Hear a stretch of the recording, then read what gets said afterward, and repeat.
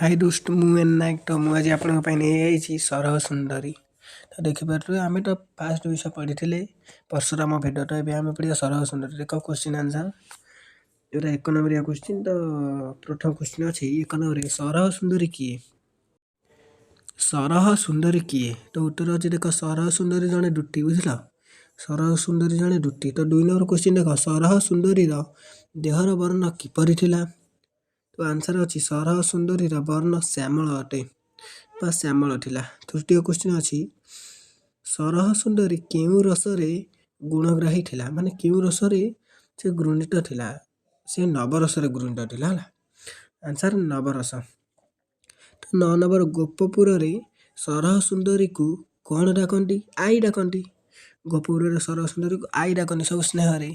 तो 5 नंबर कानरी सरह सुंदरी की आभूषण पिंधि थाए टड़की कानर से टड़की पिंधि थाए बुझल किए पिंधे ना सरह सुंदरी। 6 नंबर अच्छी सरह सुंदरी कबरी भितर कौन थाए कृष्ण चौरी बेश बुझल यही क्वेश्चन आसे बहुत टाइम सरह सुंदरी कबरी भितर कौन थाए कृष्ण चौरी बेश। 7 नंबर देख सरह सुंदरी हृदय निरंतर कौन बोली होई थाए उत्तर होची गंध चंदन बुझल गंध चंदन। 8 नंबर सरह सुंदरी क्यों रंगर वस्त्र नित्य परिधान करुला बोध बोधर अर्थ धला धला वस्त्र बा बोधर वस्त्र।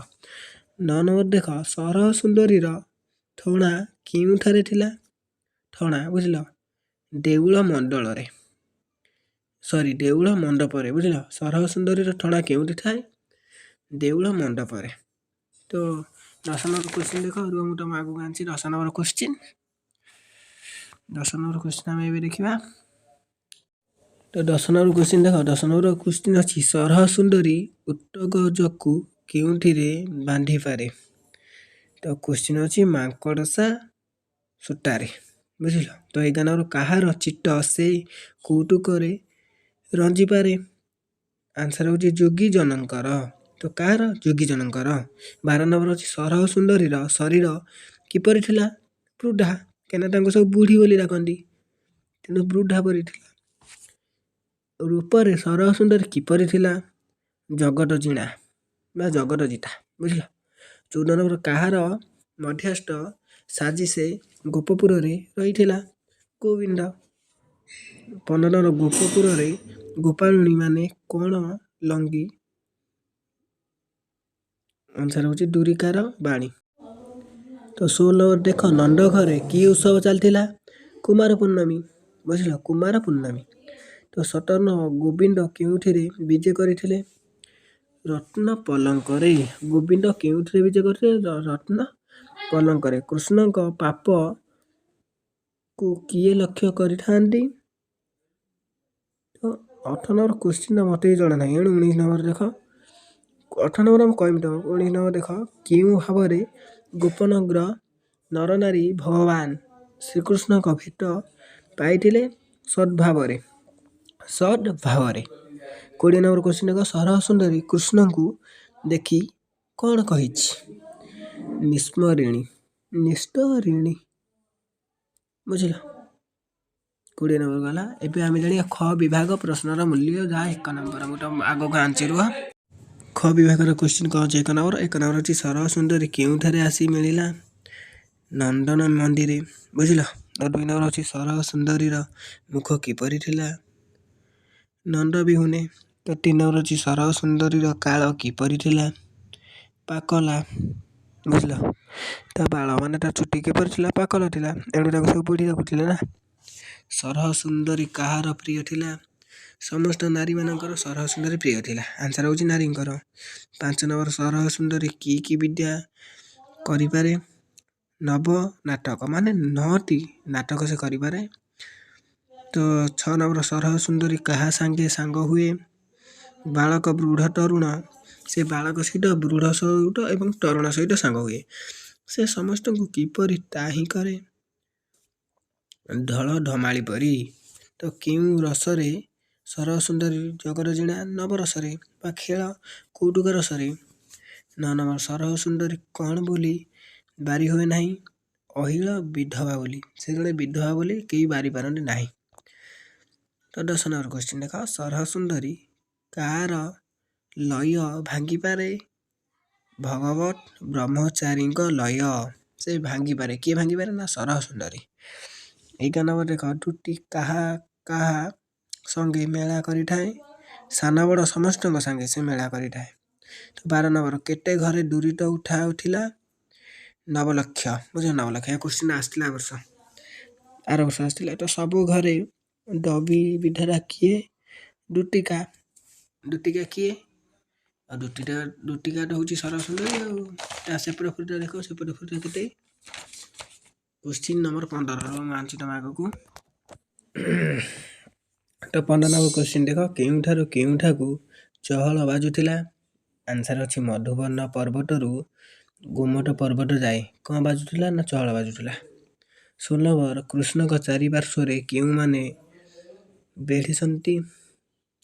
ଆନ୍ସର ହେଉଛି ପରିବାରୀ ବୃଦ୍ଧ ମାନେ ଘେରିଛନ୍ତି। ବୁଝିଲ। 17 ନମ୍ବର କ୍ୱେଶ୍ଚିନ୍, ଯଶୋବନ୍ତୀ ଧାତ୍ରୀମାନଙ୍କ ସହ କିପରି ଉଭା ହୋଇଛନ୍ତି? ଆନ୍ସର ଅଛି ଖଟଡୋଳି ଧରି। ବୁଝିଲ, ଖଟଡୋଳି ଧରି। ଏହା ତମର ଆସିବ ଓଇ ମାର୍କ। ବୁଝିଲ, କିଛି ବ୍ୟସ୍ତ ହବାର ନାହିଁ, ବାସ୍ ଖାଲି ମନେ ରଖିବାର ଅଛି। 18 ନମ୍ବର, କୃଷ୍ଣଙ୍କ ଜାଦୁଲ୍ୟମାନ କେଜର କେଉଁଠାରେ ପଟାନ୍ତର ନାହିଁ?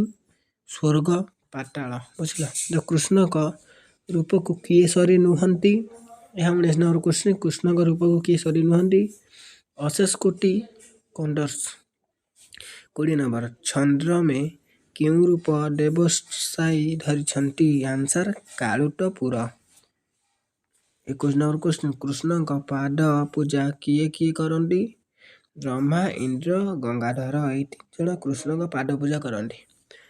22 ନମ୍ବର, କାହାର ମୁକ୍ତି ନିମନ୍ତେ ଜ୍ୟୋତି ଉଦୟ ହୋଇଛନ୍ତି ବା ହୋଇଅଛି? ଆନ୍ସର ହେଉଛି ନିରାକାର ପୁରୁଷ। ତ ଗ ନମ୍ବର ଦେଖ, ଆସିଯାଇଛି ତମ ତଳେ ଦେଖାହେଉଛି। ତ ମୁଁ ଦେଖେଇଛି ଦେଖ ଗ ନମ୍ବର। ଗ ବିଭାଗ ପ୍ରଶ୍ନର ମୂଲ୍ୟ 2 ନମ୍ବର। ଲେଖା ଓ ଲେଖକ ପାଇଁ 1। ବିଷୟ ଲେଖିବ, କବି ଲେଖିବ ଏବଂ ଆନ୍ସର ବି ଲେଖିବ।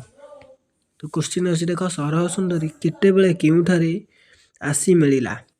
ଆନ୍ସର ହେଉଛି ବିଷୟ ହେଉଛି ସରହ ସୁନ୍ଦରୀ, କବି ହେଉଛନ୍ତି ଅଚ୍ୟୁତାନନ୍ଦ ଦାସ। ଆନ୍ସର ହେଉଛି ଘଡ଼ିଏ ରାତିରେ ନନ୍ଦନ ମନ୍ଦିରେ ଆସିକି ମିଶିଲେ ସରହ ସୁନ୍ଦରୀ। ତ ଦ୍ୱିତୀୟ କ୍ୱେଶ୍ଚିନ୍ ଅଛି, ସରହ ସୁନ୍ଦରୀ ଦେଖିବାକୁ କିପରି ଥିଲା? ତ ବିଷୟ ତୁମେ ଜାଣିଛ ସରହ ସୁନ୍ଦରୀ, କବି ହେଉଛନ୍ତି ଅଚ୍ୟୁତାନନ୍ଦ ଦାସ। ସରହ ସୁନ୍ଦରୀର ବର୍ଣ୍ଣ ଶ୍ୟାମଳ, ଦନ୍ତବିହୀନ ମୁଖ, କପ କେଶ ଲମ୍ବିଛି ତାର ପୃଷ୍ଠ ଦେଶ ପର୍ଯ୍ୟନ୍ତ। ତ ତାର କେଶ ଦେଖିବାକୁ କିପରି? ତା ବାଳ ଦେଖିବାକୁ ଧଳା। ତ କ୍ୱେଶ୍ଚିନ୍ ଆନ୍ସର କହିନି ନା। ତ 3 ନମ୍ବର ଦେଖ, 3 ନମ୍ବର ଅଛି, ସରହ ସୁନ୍ଦରୀ ହସ୍ତରେ କି ଅଳଙ୍କାର ପରିଧାନ କରିଥିଲେ? ତ ମୁଦି, କଙ୍କଣ, ସୁବର୍ଣ୍ଣ ବାହି। ତ ଏଇ 3ଟି ସେ ପରିଧାନ କରିଥିଲେ ଶରୀରରେ। ତାପରେ ଦେଖ ଅଛି 6 ନମ୍ବର, ମୁଁ ଦେଖାଉଛି ତମକୁ। ତ 9 ନମ୍ବର କ୍ୱେଶ୍ଚିନ୍ ଅଛି, ସରହ ସୁନ୍ଦରୀ କେଉଁ ରସରେ ଗୃହ ଗ୍ରାହୀ ଥିଲା? ଲେଖକ ହେଉଛି ସରହ ସୁନ୍ଦରୀ, କବି ହେଉଛନ୍ତି ଅଚ୍ୟୁତାନନ୍ଦ ଦାସ।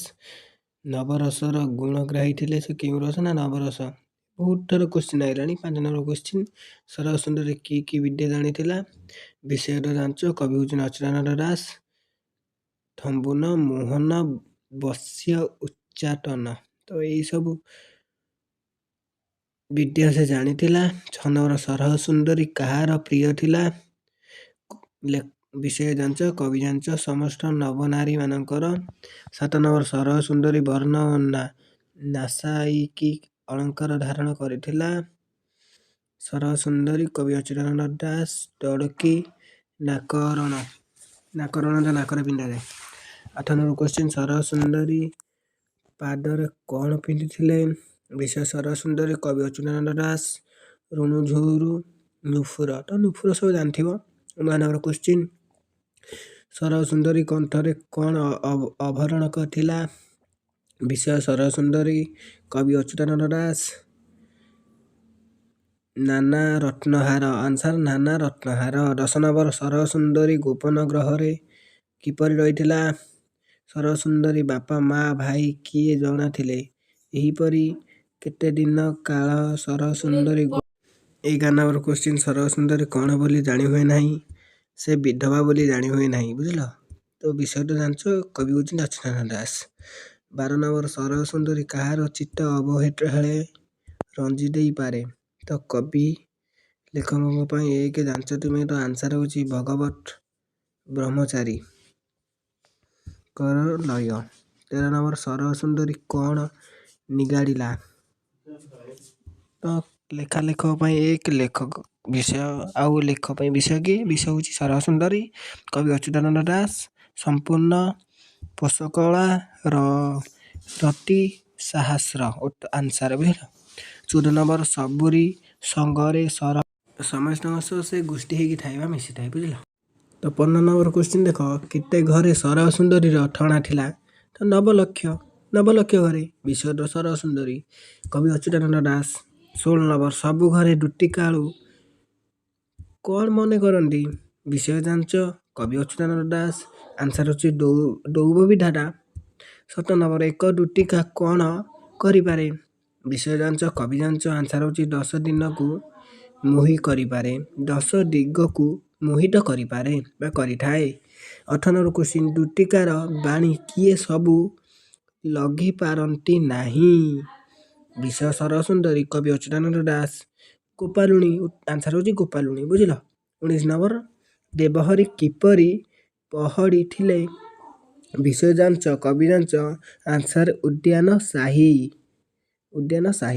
20 ନମ୍ବର କୃଷ୍ଣ କାହାର ମୁଖ ପାନ ବୋଲି କୁହାଯାଇଅଛି? ବିଷୟ ସରଳ ସୁନ୍ଦରୀ, କବି ଅଚ୍ୟୁତାନନ୍ଦ ଦାସ। ଦେବାଧିଦେବଙ୍କର। ଆନ୍ସର ହେଉଛି 21 ନମ୍ବର ହେଉଛି କିଏ କିପରି ଭଗବାନଙ୍କର ଭେଟ ପାଇଲେ? ବିଷୟ ସରଳ ସୁନ୍ଦରୀ, କବି ଅଚ୍ୟୁତାନନ୍ଦ ଦାସ। ଗୋପନ ଗ୍ରହ। ତ 22 ନମ୍ବର ଶ୍ରୀକୃଷ୍ଣ କିପରି ତୋଷ ହେଲେ? ବିଷୟ ସରଳ ସୁନ୍ଦରୀ, କବି ଅଚ୍ୟୁତାନନ୍ଦ ଦାସ। ସହଚରୀ ମୁଖ ଚାହିଁ। ତ 23 ନମ୍ବର ଶ୍ରୀକୃଷ୍ଣଙ୍କ ଚାହିଁ ଦୁଟି ଆନନ୍ଦ ହୋଇ କ'ଣ କହିଥିଲା? ବିଷୟ ସରଳ ସୁନ୍ଦରୀ, କବି ଅଚ୍ୟୁତାନନ୍ଦ ଦାସ। ମୋର ପାତକ ସମଳେ ନାଶ କରି ବୋଲି କହିଥିଲା। 24 ନମ୍ବର କୃଷ୍ଣଙ୍କୁ କି ପୁରୁଷ ବୋଲି ଦୁଟି କହିଛି? ବିଷୟ ସରଳ ସୁନ୍ଦରୀ, କବି ଅଚ୍ୟୁତାନନ୍ଦ ଦାସ। କଳପାଢୀ। ବୁଝିଲ? ତ ଏବେ ଆମେ ଜାଣିବା ଘ ବିଭାଗ, ଯାହାର ନମ୍ବର 3 ମାର୍କ। ତ ପ୍ରଥମ କ୍ୱେଶ୍ଚିନ୍ ଦେଖ, ଲେଖା ପାଇଁ 1 ଉତ୍ତର ପାଇଁ 2। ବୁଝିଲ? ସମାନ 3। ସରଳ ସୁନ୍ଦରୀର ରୂପ ଶୋଭା କିପରି ଥିଲା? ବାସ୍ ଭାଇ 1 ନମ୍ବର 2 ନମ୍ବର ସବୁ ମିଶେଇ କରିଦେଇଛି। ସରଳ ସୁନ୍ଦରୀ ରୂପ କିପରି ଥିଲା? ଆନ୍ସର ସରଳ ସୁନ୍ଦରୀ ଦେଖିବାକୁ ଶ୍ୟାମଳ ଥିଲା, ତାର ଦାନ୍ତ ବିହୀନ ଥିଲା, କେଶ ଗୁଡ଼ିକ ପାକଳ ଥିଲା ଓ ଲମ୍ବମାନ ଥିଲା। ବହୁତ ଲମ୍ବା ଥିଲା। ବାସ୍ ଏତିକି ହେଉଛି ଆନ୍ସର। ଆଉ କିଛି ଲେଖିବାର ଅଛି, ଲେଖା ଲେଖକ ବି ଲେଖିବ। ତ 2 ନମ୍ବର କ୍ୱେଶ୍ଚିନ୍ ଦେଖ, ମୁଁ ଆଞ୍ଚ ଆଗକୁ। ତ 2 ନମ୍ବର କ୍ୱେଶ୍ଚିନ୍ ଦେଖ, ସରଳ ସୁନ୍ଦରୀ କି ବିଦ୍ୟା ଜାଣିଥିଲା? ଏଗୁଡ଼ା 1 ନମ୍ବର 2 ନମ୍ବର ବି ତୁମେ ପଢ଼ିଛ, 3 ନମ୍ବର ପଢ଼ିବ। 3 ନମ୍ବର ମନେ ରଖିବ, ସବୁବେଳେ ଲେଖା ଆଉ ଲେଖକ ଲେଖିବ। ଯଦି ତୁମ କ୍ୱେଶ୍ଚିନ୍ ଆନ୍ସର ଆସୁ କି ନ ଆସୁ, ଲେଖା ଲେଖକ ଯଦି ଲେଖିଛ ତୁମକୁ 1 ମାର୍କ ମିଳିବ। ବୁଝିଲ? ତ ଲେଖା ଲେଖକ ମୁଁ ଲେଖିନି, ଆନ୍ସର ବାସ୍ କହିଛି। ଦେଖ 2 ନମ୍ବର କ୍ୱେଶ୍ଚିନ୍, ସରଳ ସୁନ୍ଦରୀ କି ବିଦ୍ୟା ଜାଣିଥିଲା? ଆନ୍ସର ସରଳ ସୁନ୍ଦରୀ ସ୍ତମ୍ଭନ, ମୋହନ, ବଶୀକରଣ, ଉଚ୍ଚାଟନ ବିଦ୍ୟା ଜାଣିଥିଲା। 3 ନମ୍ବର କ୍ୱେଶ୍ଚିନ୍, ସରଳ ସୁନ୍ଦରୀର ଜୀବନର କେଉଁ କେଉଁ କଥା ମାନ କାହାରିକୁ ଜଣା ନଥିଲା ବା ଜଣା ନାହିଁ? ସରଳ ସୁନ୍ଦରୀର ଆନ୍ସର କହୁଛି, ସରଳ ସୁନ୍ଦରୀର ପିତା ଓ ମାତା ଭ୍ରାତା କିଏ ଜଣା ନାହିଁ ଓ ସେ ଅହିୟ କି ବିଧବା ସେ କଥା ମଧ୍ୟ ଜଣା ନଥିଲା। ତ 4 ନମ୍ବର କ୍ୱେଶ୍ଚିନ୍ ଦେଖ, ମାଙ୍କଡ଼ସା ସୂତାରେ ସେ ବାନ୍ଧି ପାରଇ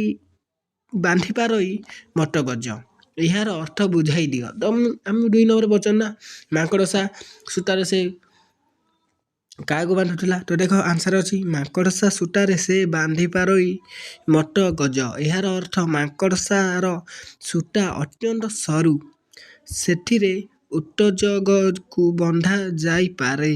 କାହାକୁ? ମଟ ଗଜକୁ ବନ୍ଧା ଯାଇପାରେ। ଅନୁରୂପ ଭାବରେ ସରଳ ସୁନ୍ଦରୀ ସେହିପରି ଧୈର୍ଯ୍ୟ ଧାରଣ କରି ସମସ୍ତଙ୍କୁ ଧାରଣ କରି ନିଜ ହାତରେ ବାନ୍ଧି ରଖିଥିଲା। ବୁଝିଲ?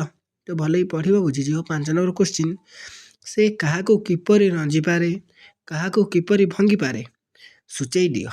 କ୍ୱେଶ୍ଚିନ୍ର ଆନ୍ସର ଅଛି, ଲେଖା ଲେଖକ ମୁଁ ଲେଖିନି, କିନ୍ତୁ ତୁମେ ଯାହା ହେଲେ ମନେ ପକେଇ ଲେଖିବ। ଭାଇ ଏହା ବହୁତ ଆବଶ୍ୟକତା ଅଛି। ତ ଆନ୍ସର ଦେଖ, ସରଳ ସୁନ୍ଦରୀ ଯୋଗୀଜନମାନଙ୍କର ଚିତ୍ତକୁ କୌତୁକରେ ରଞ୍ଜିପାରେ।